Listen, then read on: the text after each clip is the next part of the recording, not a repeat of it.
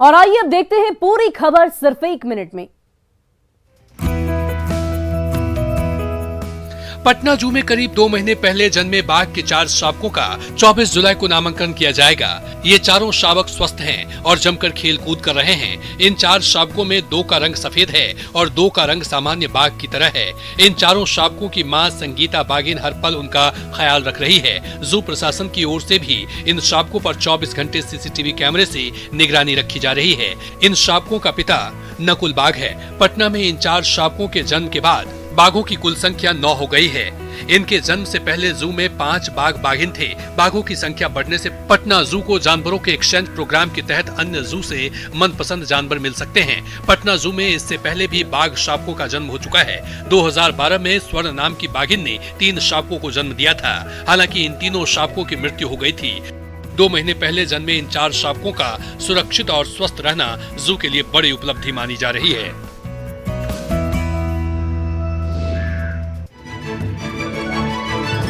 कहानी एक ऐसे अनाथ बच्ची की जो 3 साल पहले लावारिस हालत में मिली। आज उस बच्ची को अमेरिका के दंपत्ति ने गोद लिया है। 3 साल की आर्या को अब न सिर्फ माता पिता की ममता का प्यार मिला है, बल्कि 4 भाई भी मिले हैं। बिहार के गोपालगंज की आर्या अब अमेरिका में पलेगी। बता दें कि 3 साल पहले गोपालगंज के हजियापुर स्थित दत्तक ग्रहण संस्थान के ही झूले में लावारिस हालात में मिली थी। आर्या को चाइल्ड वेलफेयर कमेटी द्वारा बच्चा फ्री फॉर अडॉप्शन घोषित कर दिया गया था। अमेरिकन दंपत्ति ने 1 साल पहले लाइफलाइन चिल्ड्रन सर्विसेज को बच्ची गोद लेने के लिए आवेदन दिया था। पोर्टल पर आवेदन के बाद बच्ची गोद लेने की प्रक्रिया पूरी हुई और बच्ची इस दंपत्ति को सौंप दी गई। अमेरिकन दंपत्ति के सिर्फ 4 बेटे ही हैं। रक्षाबंधन में उनके बेटों की राखी बांधने के लिए कोई बेटी नहीं थी, इसलिए वे चाहते थे कि रक्षाबंधन से पहले आर्या को गोद लेकर अमेरिका ले जाएं। वहीं आर्या अब अपने नए माँ बाप के गोद में जाने के बाद काफी खुश है।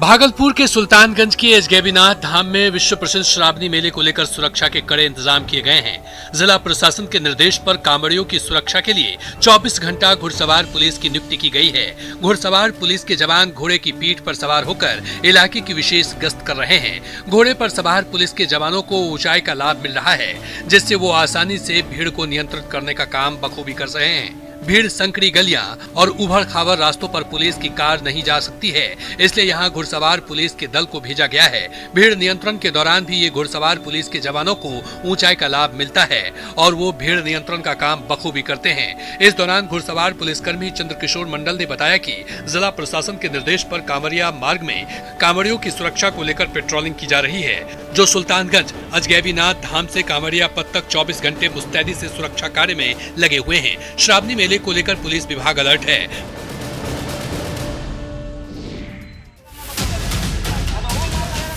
भागलपुर के गिरधारी शाह हटिया से मोटरसाइकिल चोरी कर भाग रहे युवक को लोगों ने खदेड़कर पकड़ लिया। मोटरसाइकिल चोर को पकड़कर ग्रामीणों ने जमकर धुनाई कर दी। सूचना मिलते ही पुलिस ने उसका मॉब लिंचिंग होने से बचा लिया है। दरअसल युवक दिन दहाड़े मास्टर चाबी का उपयोग कर बाइक लेकर भागने की कोशिश कर रहा था, तभी आसपास के लोगों ने बाइक चोर को पकड़ लिया, फिर उसकी जमकर धुनाई कर दी। इस दौरान वो लगातार लोगों से माफी मांगता रहा, लेकिन गुस्साई भीड़ है कि रहम करने का नाम नहीं ले रही। इस घटना में वो बुरी तरह जख्मी हो गया है। बताया जा रहा है कि करीब 1 महीने से लगातार मोटरसाइकिल की चोरी हो रही है। गांव से अब तक 20 बाइक की चोरी हो चुकी है, जिसे लेकर स्थानीय लोगों का गुस्सा फूट पड़ा और चोर को पुलिस के हवाले नहीं किया। लोगों का आरोप है कि जितनी भी गाड़ी चोरी हुई है पुलिस को सूचना दी गई है, लेकिन पुलिस की तरफ से कोई कार्रवाई नहीं हुई है। कुछ देर तक यह ड्रामा चलता रहा। उसके बाद पुलिस ने स्थानीय लोगों को समझा बुझाकर उस चोर को अपनी गिरफ्त में लिया, तब जाकर मामला शांत हुआ।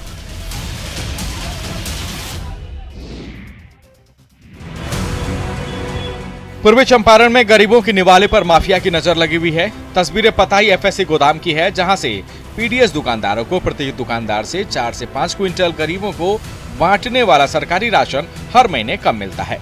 पीडीएस दुकानदारों की ओर से गोदाम प्रबंधक से शिकायत करने के बावजूद ठेकेदारों की मनमानी जारी है। शिकायत के बाद भी कोई फर्क नहीं पड़ रहा। आधा दर्जन पीडीएस दुकानदार गोदाम पर पहुंचकर कई बार शिकायत किए, लेकिन कोई कार्रवाई नहीं हुई। पता है कि एफएससी गोदाम से सभी पीडीएस दुकानदारों के आवंटन में 4 से 5 क्विंटल राशन कम दिया जाता है।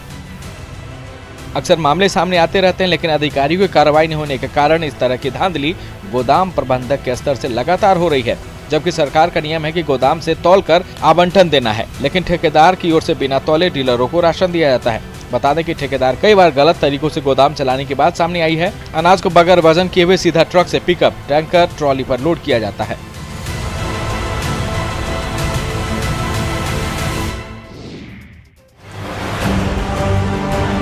औरंगाबाद जिले में मदनपुर प्रखंड के उग्रवाद से अतिग्रस्त इलाके अम्बाबार तरी में जब डीएम, एसपी समेत प्रशासन की एक पूरी टीम पहुंची तो गांव वालों की खुशियों का ठिकाना नहीं रहा। लंबे समय से सुविधाओं के अभाव में किसी तरह अपनी जिंदगी गुजार रहे ग्रामीणों के बीच एक उम्मीद की किरण जगी कि अब सरकार की विभिन्न लाभकारी योजनाओं का लाभ उन्हें जरूर मिलेगा, जिसके वो वास्तविक में हकदार भी हैं। जी हां, दशकों से अछूते इस इलाके में जिला प्रशासन ने एक विशेष कैंप लगाकर इलाके के हर उस व्यक्ति तक सरकार की उन योजनाओं का लाभ पहुंचाया जो इन्हें पूर्व में ही मिल जाना चाहिए था। प्रशासन की तरफ से यहां एक हेल्थ कैंप का भी आयोजन किया गया, जिसमें सैकड़ों ग्रामीणों की स्वास्थ्य जांच की गई और जरूरत की दवाएं भी उन्हें दी गई। इसके अलावा ration card, job card, health card तथा आवास की योजनाओं का लाभ भी इन तक ऑन द स्पॉट पहुँचाया गया। इसे लेकर इलाके के लोग तो काफी खुश थे ही, इन तक योजनाओं का लाभ पहुँचाकर प्रशासन की टीम भी काफी सुकून महसूस कर रही थी।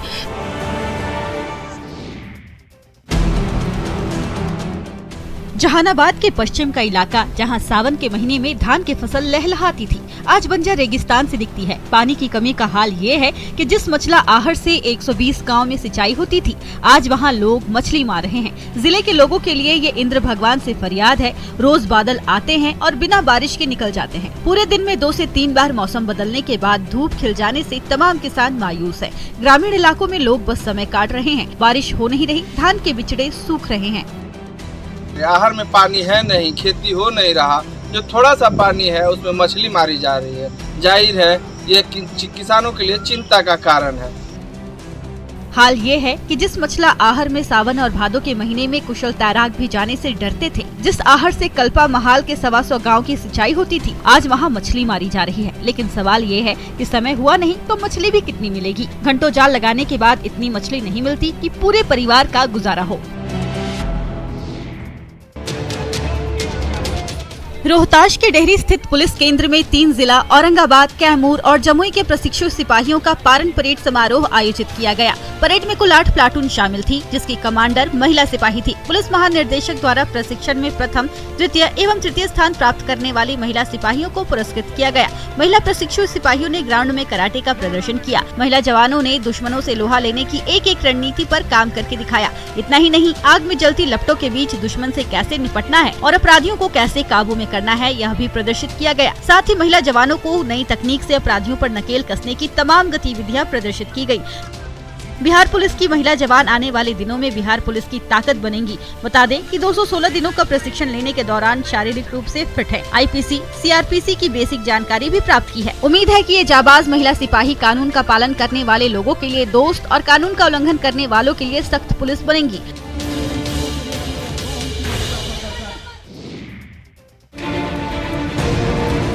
बिहार में शराबबंदी कानून लागू होने के बाद भी शराब की तस्करी लगातार जारी है। शराब तस्कर तस्करी के नए नए पैंतरे अपना रहे हैं। गोपालगंज से भी ऐसा ही मामला सामने आया। गोपालगंज में उत्पाद विभाग की टीम ने तो 7 शराब तस्करों को गिरफ्तार किया है। गिरफ्तार किए गए दोनों शराब तस्कर यूपी से 4 कार्टन शराब शरीर में सेलो टेप से चिपकाकर तस्करी के लिए यूपी से आ रहे थे। तभी इन दोनों शराब तस्करों को कुचायकोट थाना क्षेत्र के माधो मठ गाँव के पास से गिरफ्तार कर लिया गया। उत्पाद पुलिस ने जब बाइक रोककर इनके कपड़े उतरवा कर तलाशी लेना शुरू किया तो चौंकाने वाला खुलासा हुआ। 1-2 नहीं बल्कि पूरे शरीर में बंटी, बबली, फ्रूटी शराब की पैक मिली। देखिए कैसे शरीर पर सेलोटेप के सहारे शराब के पैकेट्स को चिपका कर रखा गया है। इस मामले में उत्पाद अधिनियम के तहत दोनों शराब तस्करों को जेल भेजा जा रहा है।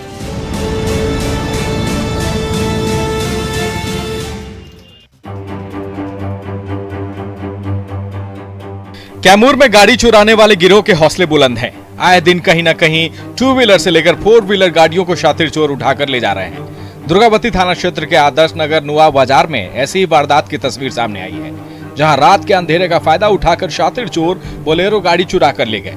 32 सेकंड के इस वीडियो में चोरी की पूरी वारदात कैद हो गई है। चोरों की तस्वीर को सीसीटीवी कैमरे ने कैद कर लिया है। शाहबाज अंसारी रोज की तरह अपनी बोलेरो गाड़ी को घर के सामने लगाकर घर के अंदर चला गया। अब जैसे ही देर रात हुई, शातिर चोर बड़े आराम से मौके पर पहुंचा। मास्टर चाबी से बोलेरो की गेट को खोला। चोर के साथ उसका एक और साथी भी वहां मौजूद था। गाड़ी की गेट खुलते ही बड़े आराम से कार चोर बोलेरो को लेकर भाग निकला। सुबह जब घर वालों की नींद खुली तो घर के बाहर से बोलेरो गायब था। पीड़ित ने पुलिस से मामले की शिकायत की है। पुलिस अब सीसीटीवी फुटेज के आधार पर चोरों की तलाश में जुट गई है।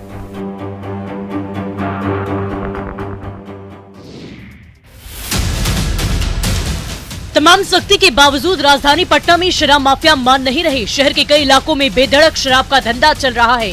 पटना सिटी के माल सलामी थाना क्षेत्र के कई इलाकों में शराब का कारोबार बेरोक टोक चल रहा है। नूरुद्दीनगंज घाट, दीदारगंज हॉल्ट और मसूरगंज इलाके में शराब के पनप रहे कारोबार की खबर पुलिस को जैसे ही लगी, पुलिस ने एक टीम को भेजकर इलाके में छापा मारा। छापेमारी के दौरान पटना सिटी के इन इलाकों में शराब को देख पुलिस दंग रह गई। छापेमारी के दौरान पुलिस को सैकड़ों लीटर देसी और विदेशी शराब मिली। मौके से शराब के कारोबार में शामिल कुल 7 कारोबारियों को गिरफ्तार कर जेल भेज दिया गया। साथ ही पुलिस जब्त देसी और विदेशी शराब को बोरे में बंद कर अपने साथ ले गई। पुलिस ने मौके से एक स्कूटी भी जब्त की है। पुलिस का कहना है कि डिलीवरी बॉय के जरिए ये शराब माफिया शहर के कई इलाकों में शराब की सप्लाई करवाया करते थे। वहीं पुलिस की कार्रवाई देख शराब के तस्कर मौके से भागने में कामयाब रहे। इधर पुलिस के इस छापे से इलाके में हड़कंप मचा हुआ है। पुलिस ने शराब के खेल में शामिल लोगों को हिदायत भी दी है।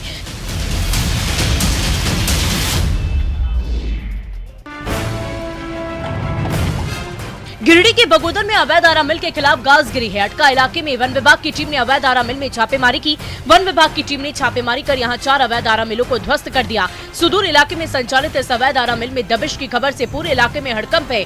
वन विभाग की छापेमारी में इन अवैध आरा मिल से वन कर्मियों ने लगभग 10 लाख रुपए की लकड़ी जब्त की है। साथ ही आरा मिल के 3 मशीनों को जब्त किया। वन विभाग की टीम ने जेसीबी के माध्यम से अवैध चारों आरा मिल को उखाड़ दिया है। वन विभाग की टीम मशीन और लकड़ी जब्त कर अपने साथ वन प्रक्षेत्र कार्यालय ले गई। इधर वन विभाग की कार्रवाई की भनक आरा मिल के मालिकों को पहले ही लग गई थी और इसीलिए कार्रवाई के दौरान यहां से किसी की गिरफ्तारी नहीं हो सकी। अब पुलिस इनकी गिरफ्तारी के लिए लगातार अभियान चला रही है। दरअसल वन विभाग के पास बार बार ये शिकायतें मिल रही थी कि जंगल के बीच अवैध तरीके से आरा मिल लगाकर जंगल से बेशकीमती लकड़ी काटे जा रहे हैं और शिकायत के बाद वन विभाग ने इन अवैध आरा मिल के खिलाफ बड़ी कार्रवाई की है।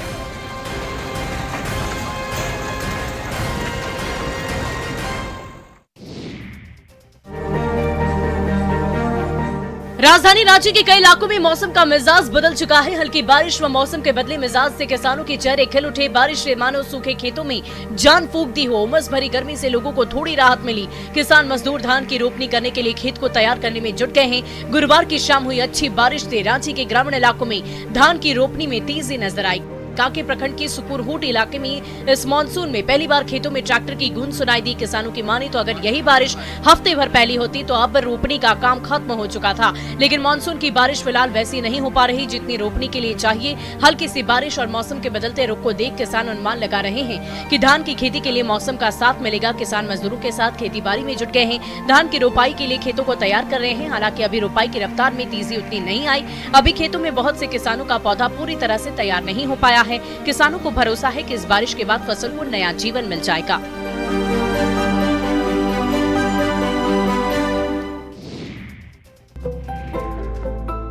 रामगढ़ का पतरातू घाटी झारखंड की शान है। प्रकृति ने इस स्थान को नदी, झरना, घाटी, पहाड़ सब कुछ दिया है। हर साल इस घाटी में हजारों सैलानी आते हैं। पर्यटन को बढ़ावा देने के लिए साल 2019 में पतरातू लेक रिजॉर्ट का उद्घाटन हुआ था। इस आइलैंड रिजॉर्ट को बनाने के लिए करोड़ों रुपए खर्च किए गए थे, बावजूद बुनियादी सुविधाओं से वंचित है। इसके देखरेख और साफ सफाई का जिम्मा JTDC पर है। आइलैंड का उद्घाटन तत्कालीन मुख्यमंत्री रघुवर दास ने 2019 में किया था। पर्यटकों की सुविधा के लिए restaurant, selfie tower, cabin, open sitting view, garden समेत अन्य निर्माण कराए गए थे। आइलैंड पर बने रेस्टोरेंट उद्घाटन के बाद से चालू नहीं हो सका। आइलैंड पर सभी बुनियादी सुविधाएं समेत रेस्टोरेंट चालू कर दिया जाए तो पर्यटकों की संख्या में इजाफा होगा और इससे सरकार का राजस्व भी बढ़ेगा, साथ ही स्थानीय लोगों को रोजगार भी मिलेगा।